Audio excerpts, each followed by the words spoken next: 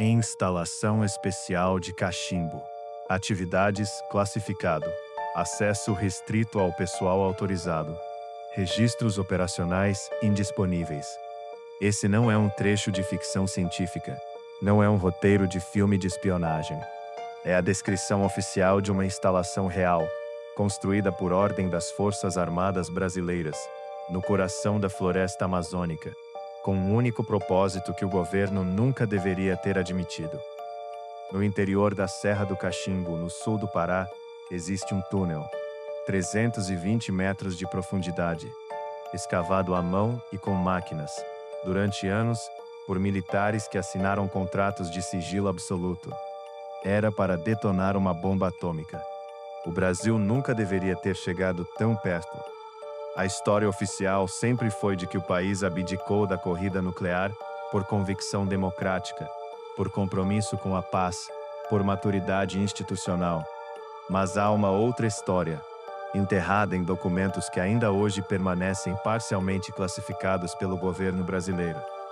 Hoje vocês irão conhecer o PATN, Programa Autônomo de Tecnologia Nuclear, o projeto secreto que, se não tivesse sido encerrado, teria transformado o Brasil na quinta potência nuclear do planeta.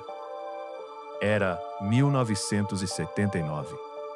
O general João Baptista de Oliveira Figueiredo assumia a presidência do Brasil. O regime militar completava 15 anos. E, em paralelo ao programa nuclear civil, aquele apresentado ao mundo, inspecionado pela IAEA, a Agência Internacional de Energia Atômica, começava a tomar forma um segundo programa. Invisível, autônomo, controlado diretamente pelas Forças Armadas. O nome interno, PATM, Programa Autônomo de Tecnologia Nuclear. 3 frentes simultâneas, 3 armas diferentes do Estado. O Exército pesquisava a detonação. A Marinha dominava o enriquecimento do urânio na instalação de Aramar, em Iperó, no interior de São Paulo. E a FAB preparava o local do teste nos confins do Pará. Para entender por que o Brasil queria uma bomba, é preciso entender o mapa do medo de 1979. A Argentina tinha seu próprio programa nuclear. Em Buenos Aires, militares e cientistas trabalhavam em sigilo para alcançar a mesma capacidade. A corrida não era entre superpotências, era bilateral, regional, quase silenciosa. Cada país sabia que o outro sabia, e nenhum dos dois parava. No Brasil, o TNP, Tratado de Não Proliferação Nuclear, assinado por dezenas de países desde 1968, ainda não tinha sido ratificado.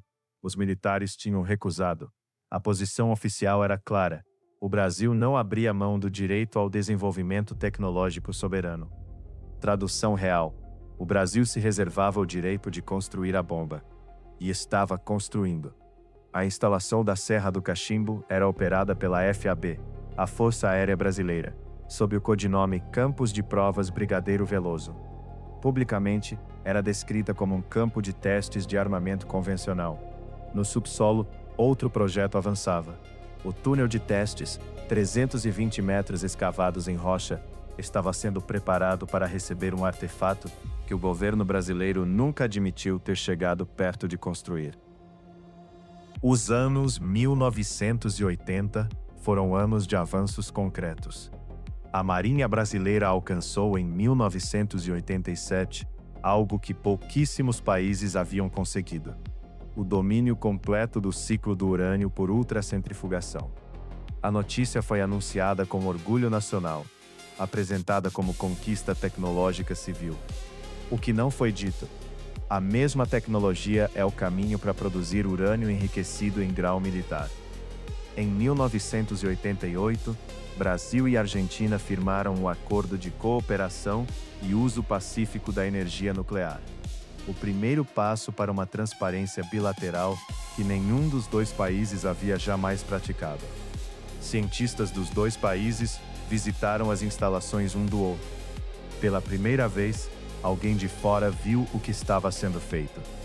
A pergunta que ficou no ar, sem resposta pública: até onde tinham chegado?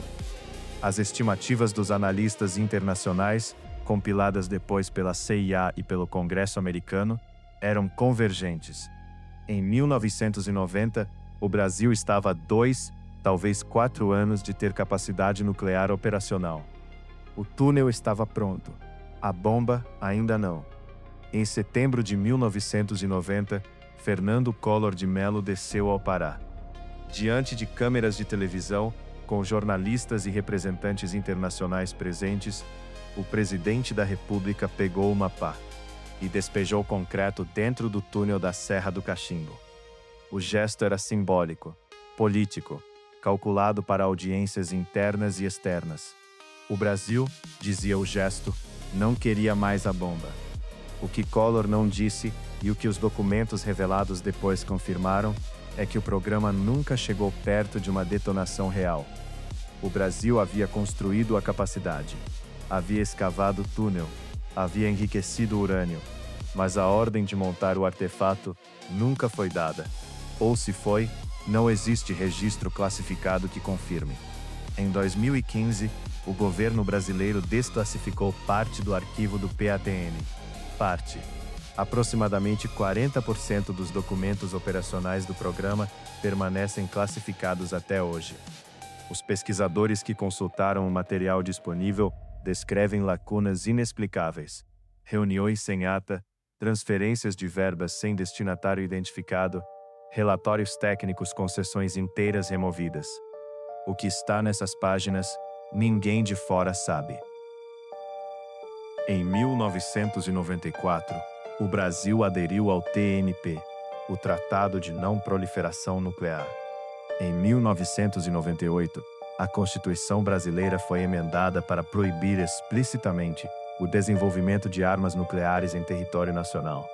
A corrida havia terminado, oficialmente. A Argentina encerrou seu programa na mesma época. Os dois países que haviam competido em silêncio por mais de uma década assinaram acordos de transparência, criaram organismos de fiscalização conjunta e enterraram, ou disseram ter enterrado, seus projetos nucleares militares. O que restou foi o Instituto de Pesquisas Energéticas e Nucleares, e o Aramar, que continua operando, desenvolvendo reatores para submarinos nucleares. Submarinos que não são considerados armas nucleares, mas que precisam de urânio enriquecido para funcionar. O mesmo urânio que, com um grau de enriquecimento ligeiramente maior, serve para outra coisa. Os documentos operacionais do Programa Autônomo de Tecnologia Nuclear permanecem parcialmente classificados, sem previsão de abertura ao público. O túnel da Serra do Cachimbo ainda existe, selado com concreto, em algum ponto da floresta amazônica. E enquanto você assiste a esse vídeo, engenheiros do Aramar continuam enriquecendo urânio, para fins pacíficos, é o que dizem os registros públicos. Os outros registros ainda estão fechados.